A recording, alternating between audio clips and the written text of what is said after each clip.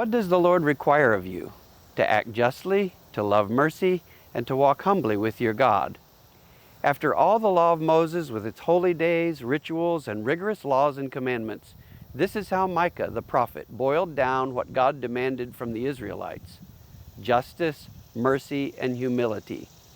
Humility is a difficult concept to grapple with and even hard to define. Different cultures define it and attempt to practice it differently. For example, the Confucian view of humility is placing community above self, and in practice it means denying any compliment you or your family receives.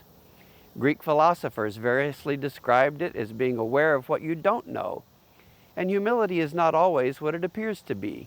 As C.S. Lewis said, "Do not imagine that if you meet a really humble man, he will be what most people call humble nowadays. He will not be a sort of greasy, smarmy person who's always telling you that, of course, he's nobody. Probably all you'll think about him is that he seemed a cheerful, intelligent chap who took a real interest in what you said to him. If you do dislike him, it will be because you feel a little envious of anyone who seems to enjoy life so easily. He will not be thinking about humility. He will not be thinking about himself at all." The Bible has much to say about humility, what it looks like, and its effect both on the person himself and on those around him.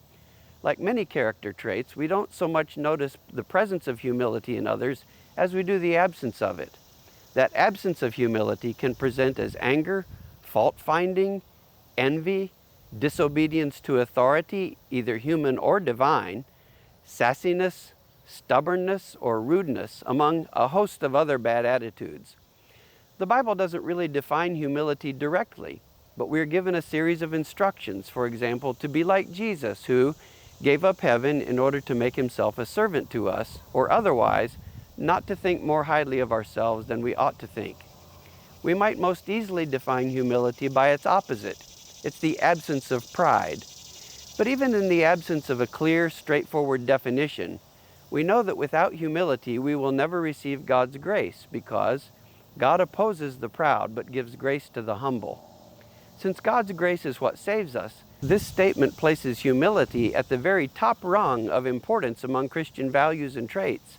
It's the very essence of Christ, and we can't successfully emulate Christ without it. Surely the Bible tells us not to be proud, and conversely to be humble, but it isn't as simple as that, is it? It's less about commandment keeping and more about spiritual character development. We might all be able to humble ourselves in a given situation or at a given point in time when we reflect on our own sins, imperfections, or bad behaviors.